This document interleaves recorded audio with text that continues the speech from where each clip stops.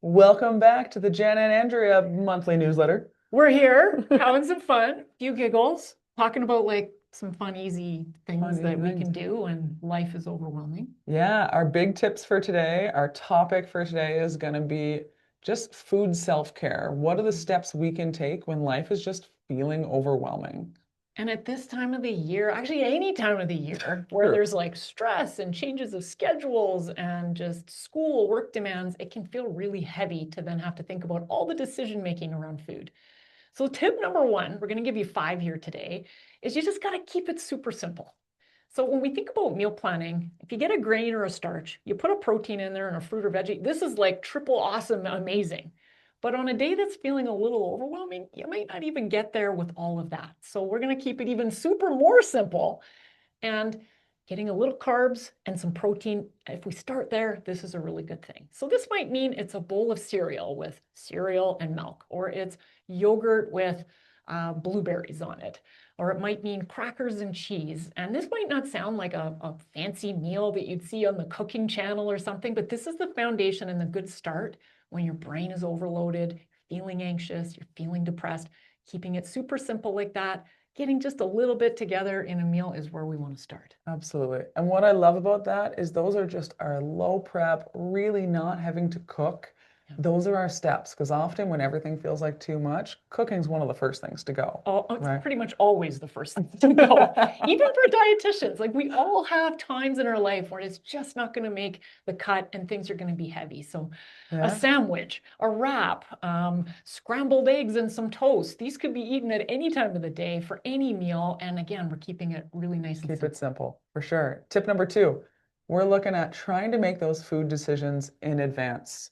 Let me tell you, when you are hungry, that is the worst time to make food decisions because all What? of a sudden it's just, Anxiety, low blood sugar, like everything in the room looks good. yes, I'm like, Yeah. I'm just going to eat this. Or we get that overwhelm of like, I don't know what to make, so I'm just not going to. So coming up with your go-to two or three breakfasts, maybe it's one or two, a couple Yeah. lunches, a couple dinners that are just simple and easy. And whether you're prepping that sort of for the week at a time and thinking in advance, or just the day in advance, even as simple as, okay, I finished lunch, what's for dinner? So I just know. And we like to think of that as your backup plan, Totally. right? So if you decide in the moment, you're like, no, no, no, I'm going to make something else, cool, have at it. But you're not stuck not knowing what to eat, for sure. Yeah. Food decisions made simple is totally the way to go. Okay, number three, we talked about partnered meals with carbs and protein. Now we're going to Yeah, talk about partnered snacks with carbs and protein. We're keeping it again really, really simple. So we like to talk about what we call the timing technique at Health Stand, and that's really trying to make sure that every 3 to 5 hours at the longest, you've got some sort of good nutrition coming in as a form of self-care. And yeah. so if you're between the window of breakfast and lunch or between lunch and supper are going to be long windows of time that are over 3, 4, or 5 hours, this is for sure when we want to introduce a snack A partnered snack? and a partnered snack. So my favorite go-tos might be something like yogurt and a piece of fruit. It might be taking a banana and putting peanut butter on it. Peanut butter makes everything better. Also true, also true.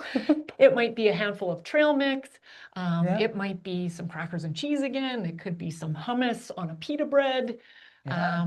It might even be some chocolate. Yes, I said chocolate. Have it with a glass of milk. Make a mug of hot chocolate if you're craving something sweet. Oh, I love Also a it. really good one. Great ideas. Okay, tip number four. And this is where you can tell that I'm all about these decision making in advance because we want a food reset plan.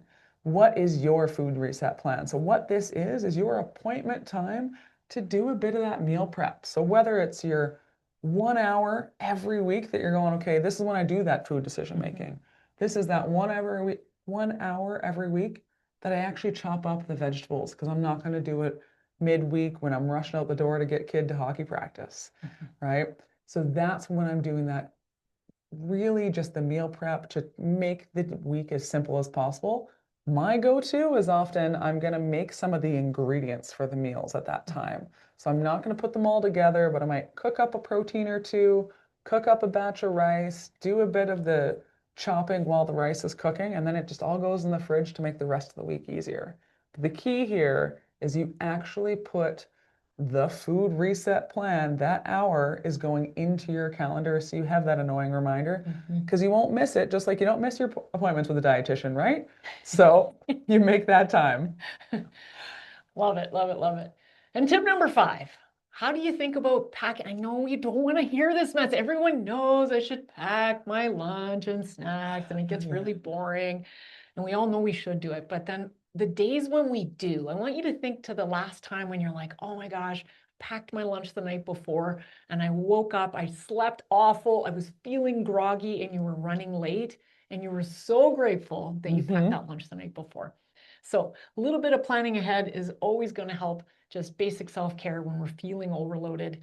So you might pack all of your snacks for the entire week Yeah. if you're going to work, and just bring them on a Monday so you don't even have to think about them again. But the more you're thinking about how do I get some packing Yes. in place, the better off things are going to be. Absolutely. And so, our ask for you, I want you to really take these tips and think about, okay, how am I making food easier? What's my food self-care that's showing up in my week? And how can I make that a bit of routine? But I really want you to pause and go, okay, when I'm truly maxed out, when I am at capacity, what is the easiest partnered snack, at least, that I can eat?